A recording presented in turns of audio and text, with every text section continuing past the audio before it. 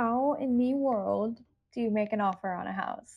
Let's talk about it. It's not just quite as simple as, hey, I want to offer on this house. There are many different terms within the contract that you need to understand and know what you're presenting to a seller. So let's get into it. Let's talk about what it takes to actually make an offer on a house. Hey there, I am Christina Sparks, realtor with Real Broker, owner, House of Specs.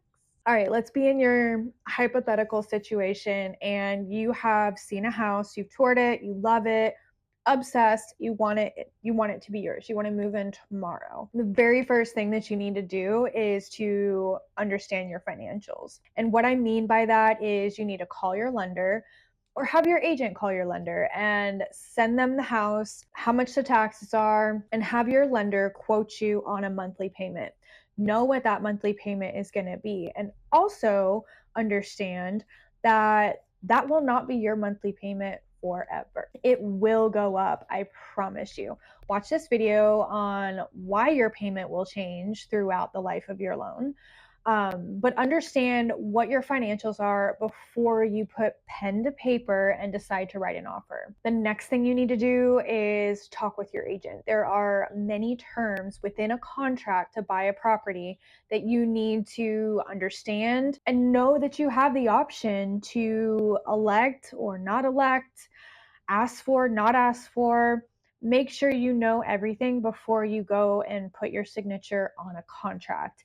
These contracts are legally binding and enforceable. So make sure you know what you're doing and make sure you're comfortable with your agent that you're having put an offer in for you on your behalf. Okay, so within the offer, there are obviously the main things, right? What is the offer price?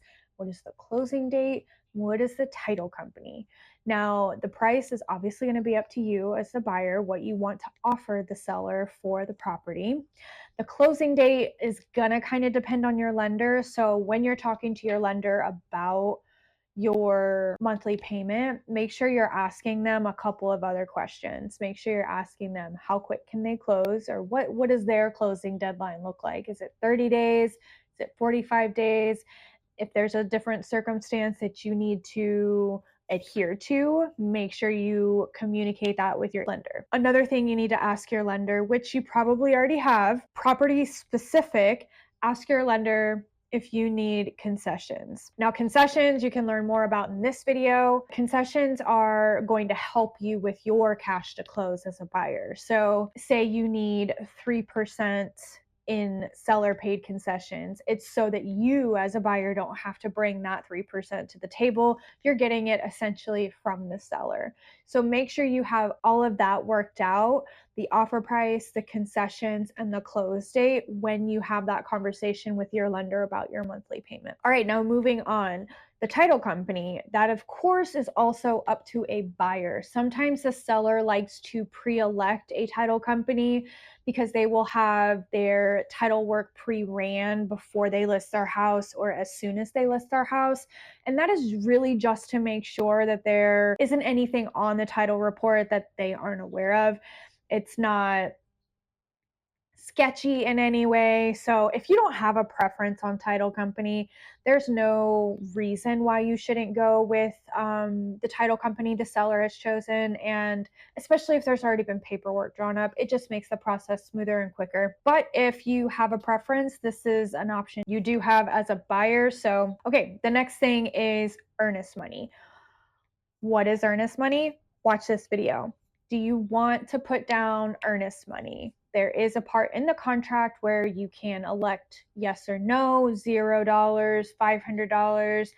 Also, you can talk about this with your agent if you think that it's necessary. If there's a competition between offers, this could be a way to kind of put your offer to the top of the list. Inspection period. There is a default time frame in the contract. In Missouri, it's Southwest Missouri, it's 10 days.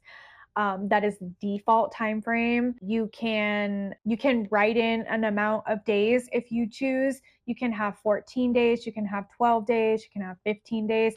This is your offer you are presenting to the seller. This is not written in stone.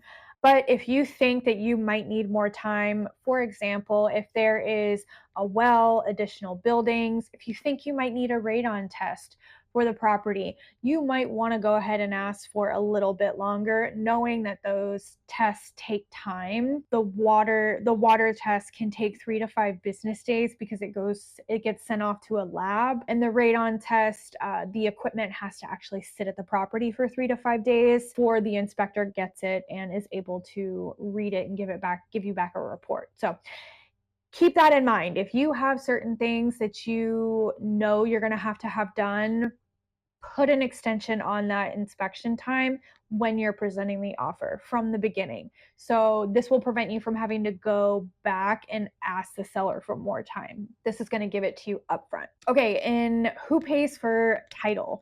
Now, there are a few different options within the contract. In the Missouri contract, there is like buyer and seller split it 50-50. Seller pays for theirs, buyer pays for theirs, or seller pays for everything, or buyer pays for everything. I think that's an option. You as the buyer can offer whichever option that you choose, whether you are offering to split it 50-50 or whether you're offering to have the seller pay for all of it. That is up to you. Talk with your agent about the tactics on that part, but know that there is an option in there for you on that subject. Another couple of things in the contract, some of them are going to be checked automatically. If you have questions, ask your agent. I just want to touch on this a little bit. There is a section in the contract that clarifies whether or not you as a buyer have received seller disclosures. In this situation that you have seen seller disclosures and you have toured the property, there are now known issues, or they don't even have to be issues. There's a crack in a tile or a broken window or something that is visible to the eye and or something that was disclosed, such as a broken window or broken tiles or something else that you have seen or something else that has been disclosed. When you write the offer, that is the appropriate time to ask for that specific repair. When you get to the inspections, the home inspections, that is the time to ask for repairs that you did not see and that were not disclosed, because that's what the inspection is for. So for example, there is a broken window in the kitchen, or there is a sliding glass door that does not operate. When you go to write your offer for this property, you need to ask for that in the offer. You can ask for it in special agreements at the bottom. You can ask for that. I bring this up because so many times I had clients who have been on both ends of the spectrum, really. I had a listing one time that had a garage that was converted into a fourth room. A craft room is what my sellers used it as. The buyer waited until the inspection to ask for the demolition of that conversion, which was crazy. That is an example of something that should be asked for within the offer, something that you can see, something that you know you want to ask for. Do not wait for the inspection, because you're going to pay for an inspection and then the deal is going to fall apart because buyer and seller aren't going to agree on repairs, especially when it's things like that should have been negotiated within the contract. I digress. So now that you have all of these terms and items of negotiation really figured out and put into an offer, sign it and send it out. And this will be a negotiation process. So everything that you have decided and spent time looking at, you are presenting to the seller and saying, here is my offer. And there are 3 options. The seller can accept your offer, they can decline, reject it, or they can counter offer. Keep that in mind, that once you send it over, there are 3 options. And one more important thing I want to remind you, when you are writing an offer, make sure you put an expiration date on that offer. A kind time frame, a reasonable time frame is 24 to 48 hours. So you are giving the seller 24 to 48 hours, whatever you decide, to review that offer and decide whether they want to accept, decline, or counter your offer. If you don't put an expiration date on your offer is just kind of hanging out there.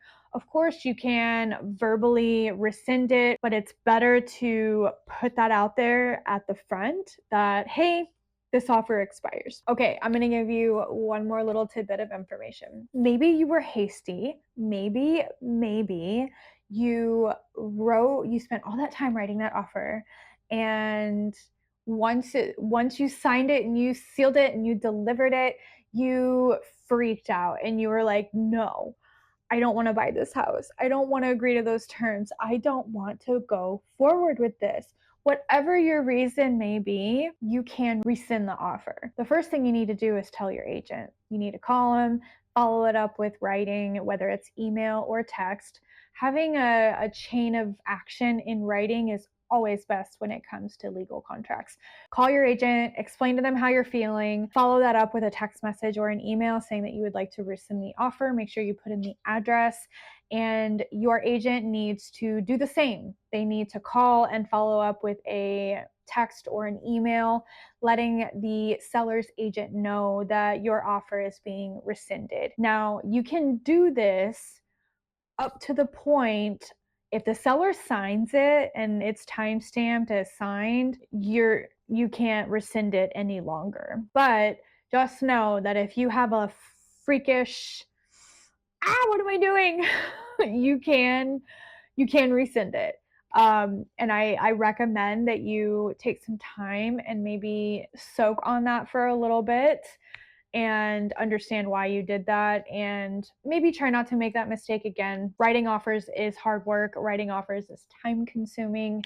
So make sure you're ready the next time you go to place an offer. Anyways, I hope you learned something in this video. Make sure to check out below. I've got a home buyer video playlist. I've got a renter to owner Facebook group. I've got my link tree in there. Tons of information if you are a home buyer looking to explore the experience. As always, reach out if you have any questions. I am happy to help. I hope you have a great day. Bye-bye.